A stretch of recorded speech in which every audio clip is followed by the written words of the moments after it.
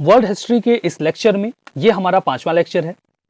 कल के डिस्कशन में हम सिविल वॉर के बारे में चर्चा कर रहे थे, अमेरिकन सिविल वॉर, जिसने अमेरिका को नई दिशा दी और आज जहां अमेरिका खड़ा है वो कहीं ना कहीं जो उसका आधार है वो सिविल वॉर के बाद तैयार हुआ।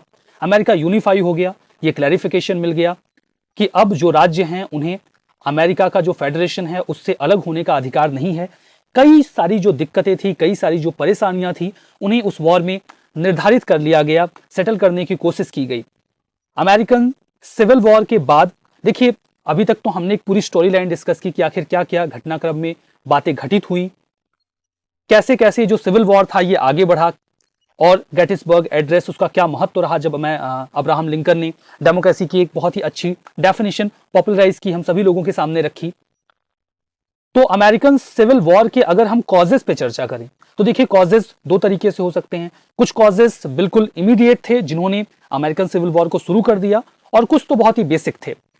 तो कॉजेस पर चलने से पहले हम एक बार उन स्टेट्स के बारे में फिर से चर्चा कर लेते हैं जिन्होंने अलग होकर कन्फेडरेट स्टेट्स का निर्माण किया था। Confederate states of America, CSA का निर्माण किया था, उनके बारे में बात करते हैं। तो पहला जो स्टेट था दैट वाज साउथ कैरोलिना, जिसने सबसे पहले खुद को अलग किया था।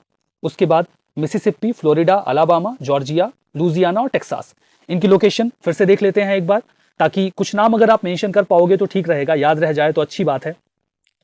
यहां पर है साउथ कैरोलिना, ये है मिसिसिपी, यहां पर आप फ्लोरिडा को देख सकते हो, ये है अलाबामा, यहां पर है जॉर्जिया, ये है लुजियाना और ये है टेक्सास। तो सबसे पहले ये 7 स्टेट्स अलग हुए, और उसके बाद जब फोर्ट समटर पे हमला किया गया साउथ कैरोलिना की आर्मी के द्वारा, और जब यूनियन की फोर्सेस पीछे हट गई, वापस चली गई, तो इससे इंसेंटिवाइज होकर 4 और राज्यों ने इस कन्फेडरेशन को ज्वाइन कर लिया। अब वो 4 राज्य थे Virginia, अरकानसस, Tennessee, north Carolina.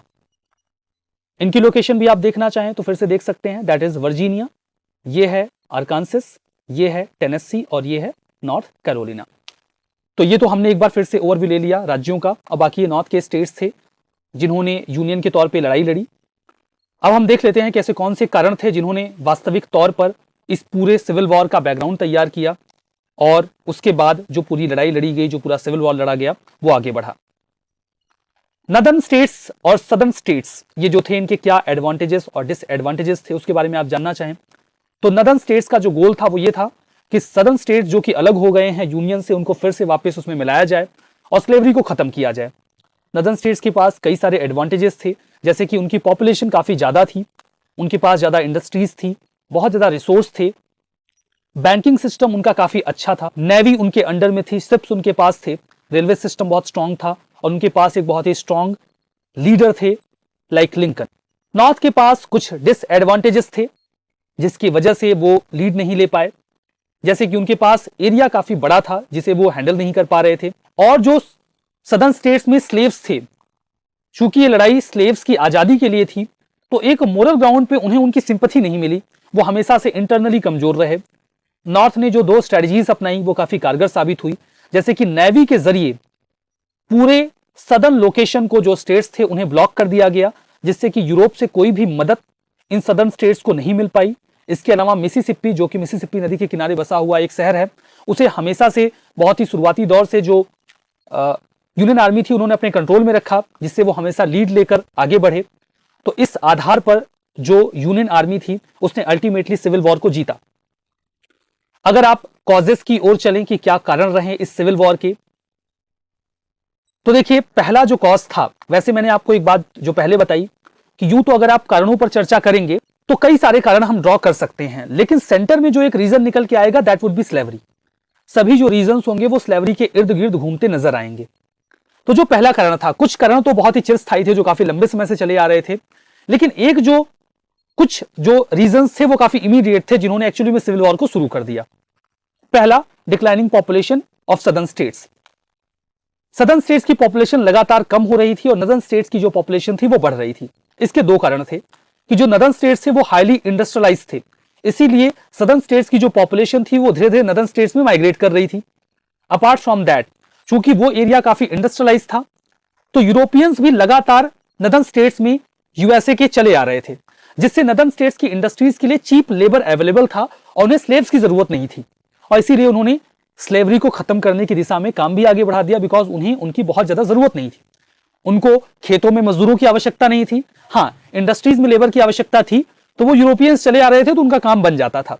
That was one of the cause कि जो पॉपुलेशन सदर्न स्टेट्स की कम हो रही थी, इस वजह से उनके पास स्लेवरी एक बहुत बड़ा रिसोर्स था, और उसे अगर छीना जाए तो वो उनके लिए बर्दाश्त करना थोड़ा मुश्किल था, और इसने धीरे धीरे जो सिविल वॉर था उसको आगे बढ़ाया। दूसरा कारण इकोनॉमी। नदर्न स्टेट्स और सदर्न स्टेट्स की जो इकोनॉमी थी वो अलग थी। नदर्न स्टेट्स डेवलप थे, इंडस्ट्रियल रिवोल्यूशन के बाद वो काफी अच्छी स्थिति में आ गए थे, वहां पर बड़ी बड़ी इंडस्ट्रीज डेवलप कर ली गई थी, इंफ्रा काफी अच्छा था, रेलवे, शिप बिल्डिंग, ये सब कुछ बहुत बेहतर चल रहा था।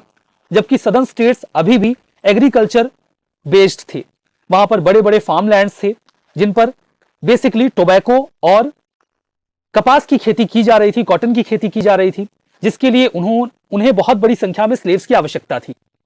लगभग 9 मिलियन पॉपुलेशन थी, 90 लाख पॉपुलेशन थी इन सदर्न स्टेट्स में, जिसमें 30 से 35 लाख तो स्लेव्स ही थे।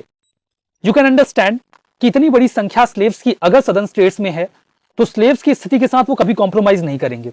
तो जो इकोनॉमिक कंडीशन थी वो भी इस हिसाब से थी कि वो नदर्न स्टेट्स से पीछे छूटते चले जा रहे थे। इस आधार पर भी उन्हें ऐसा लगता था कि वो नदर्न स्टेट्स के साथ रहकर आगे देश को नहीं बढ़ा पाएंगे। States right versus federal right.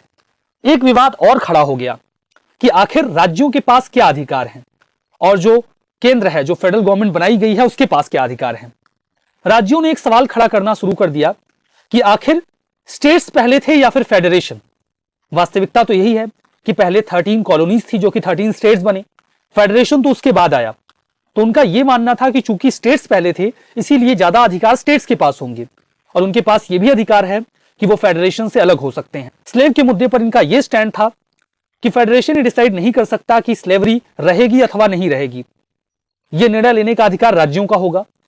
तो जो ये अधिकारों का कॉन्फ्लिक्ट था, जो पॉलिटिकल कॉन्फ्लिक्ट था, इसने भी एक बैकग्राउंड बेस तैयार कर दिया सिविल वॉर के लिए। स्लेवरी ओवरऑल एक बहुत बड़ा मुद्दा था जिस पर हम कई बार बहुत सारी चर्चा ऑलरेडी कर चुके हैं, क्योंकि स्लेवरी वहां की इकोनॉमी में कंट्रीब्यूट करती थी। नदर्न स्टेट्स को इसकी आवश्यकता नहीं थी और वो इसे अपने फ्रीडम के प्रिंसिपल के खिलाफ मानते थे, लिबर्टी के प्रिंसिपल के खिलाफ मानते थे, और इसीलिए वो उसे खत्म करना चाहते थे। तो ये कुछ कॉज रहे। इसके अलावा कुछ इमीडिएट कॉज भी रहे, जैसे अब्राहम लिंकन का इलेक्शन जीतना। अब्राहम लिंकन का इलेक्शन जीतना एक बहुत ही इमीडिएट कॉज के रूप में इमर्ज होकर आया, क्योंकि अब्राहम लिंकन की इमेज ऑलरेडी ऐसी बनी हुई थी। वो काफी लंबे समय से एंटी स्लेवरी कैंपेन चलाए हुए थे। उनका ऐसा मानना था कि स्लेवरी को खत्म किया जाना चाहिए, और इसी कारण से वो इसके पहले कई सारे इलेक्शंस हार भी चुके थे। तो उनका प्रेसिडेंट के तौर पर आना यह साफ था कि स्लेवरी को खत्म किया जाएगा, और इसी वजह से सदर्न स्टेट्स को यह क्लियर हो गया था कि अब उन्हें अलग होना चाहिए या फिर उन्हें वॉर में जाना चाहिए, क्योंकि उनके हित पूरे नहीं हो पाएंगे। और एक जो सबसे इमीडिएट रीजन रहा जिसके साथ ये पूरा सिविल वॉर शुरू हुआ, that was attack of Fort Sumter 1861। 1861 में जब फोर्ट समटर पर अटैक किया गया साउथ कैरोलिना की आर्मी के द्वारा, और जो यूनियन की आर्मी थी उसको भगाया गया वहां से, उसके बाद ही जो पूरा सिविल वॉर है वो शुरू हो गया। तो ये कई सारे कॉजेज हमने पूरे इस सिविल वॉर के देखे। अब देखिए हम आगे बढ़ते हैं और कुछ ब्रीफ बातें एक बार देख लेते हैं फिर से, जो अभी हमने डिस्कस की। अगर आप नोट्स बनाना चाहते हैं तो उसमें क्या क्या चीजें लिख सकते हैं। बातें वही हैं बट इन्हें ब्रीफ में यहाँ पे पोर्ट्रे किया गया है। जैसे जो 7 सदर्न स्टेट्स थे उन्होंने अपने आप को यूनियन से अलग कर लिया और सदर्न गवर्नमेंट बना ली, जिसे कहा गया कन्फेडरेट स्टेट्स ऑफ अमेरिका। इसे 9 फरवरी 1861 को बनाया गया। जो कन्फेडरेसी थी उन्होंने अपना कॉन्स्टिट्यूशन तैयार किया और जेफरसन डेविस को अपना प्रेसिडेंट डिक्लेयर कर दिया। अल्टीमेटली अप्रैल 1861 को वॉर स्टार्ट हुआ। उस समय जब कन्फेडरेट्स ने अटैक किया यूएस फोर्ट समटर पर, जो कि साउथ कैरोलिना में सिचुएटेड है, 4 और अदर स्टेट्स ने इसके बाद कन्फेडरेसी को ज्वाइन कर लिया और टोटल स्टेट्स जिन्होंने अपने आप को अलग किया यूनियन से उनकी संख्या हो गई 11। सितंबर 1862 1862 में प्रेसिडेंट लिंकन ने वॉर स्ट्रेटजी के तहत प्रोक्लेमेशन ऑफ इमेंसिपेशन डिक्लेयर किया, जिसके तहत मिलियंस ऑफ स्लेव्स को जो कि रेबल स्टेट में थे उन्हें फ्री डिक्लेयर कर दिया गया। हालांकि ये प्रोक्लेमेशन सितंबर 1862 में कर दी गई थी, बट इसको इंप्लीमेंट करने की जो डेट दी गई थी that was 1 January 1863। Gettysburg battle Pennsylvania में लड़ा गया, जिसमें लगभग 50,000 सोल्जर्स मारे गए, डेडलीस्ट बैटल था ये पूरे सिविल वॉर में, और ये वॉर बहुत सख्ती के साथ इसलिए लड़ा गया था यूनियन आर्मी के द्वारा ताकि सदर्न आर्मी को बिल्कुल तोड़ दिया जाए। और सच्चाई भी यही थी कि एक बहुत ही की बैटल साबित हुआ। उसके बाद सदर्न आर्मी कमजोर होती चली गई। लिंकन ने उसके बाद फेमस गेटिसबर्ग एड्रेस भी दिया, जहां पर उन्होंने of the people by the people for the people वाला स्टेटमेंट दिया था फॉर डेमोक्रेसी। इसके बाद वॉर खत्म हुआ 1865 में। जो कन्फेडरेट आर्मी थी उन्होंने सरेंडर कर दिया और जो कन्फेडरेशन था वो कोलैप्स कर गया। सभी स्टेट्स को यूनियन में मिला लिया गया। जनरल ली ने सरेंडर किया जनरल यूलिसिस एस ग्रांट के सामने और पूरा सिविल वॉर खत्म हो गया। सिग्निफिकेंस क्या रहा, कैसे महत्वपूर्ण रहा ये पूरा सिविल वॉर? ये वॉर इस आधार पर महत्वपूर्ण रहा क्योंकि इसने स्लेवरी के इंस्टीट्यूशन को पूरी तरीके से खत्म कर दिया। स्लेवरी जो कि लिबर्टी के कॉन्सेप्ट के खिलाफ था, जिसका वादा किया गया था जब अमेरिका एक यूनाइटेड स्टेट्स ऑफ अमेरिका के रूप में अस्तित्व में आया था। तो इस पूरे सिविल वॉर ने अंततः स्लेवरी का अंत किया।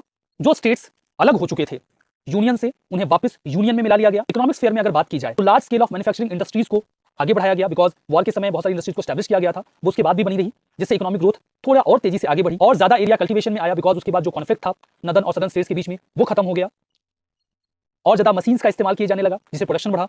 सदर्न स्टेट्स का रिकंस्ट्रक्शन किया गया, वहां पर भी डेवलपमेंट स्टार्ट हुआ ताकि भविष्य में ऐसी स्थिति दोबारा पैदा ना हो। बैंकिंग सिस्टम में रेगुलेशंस को बढ़ाया गया, नेशनल बैंकिंग एक्ट को लॉन्च किया गया, पेपर करेंसी का इस्तेमाल और बेहतर तरीके से किया जाना शुरू किया गया ताकि बिजनेस को और एक्सपेंड किया जा सके, बढ़ाया जा सके।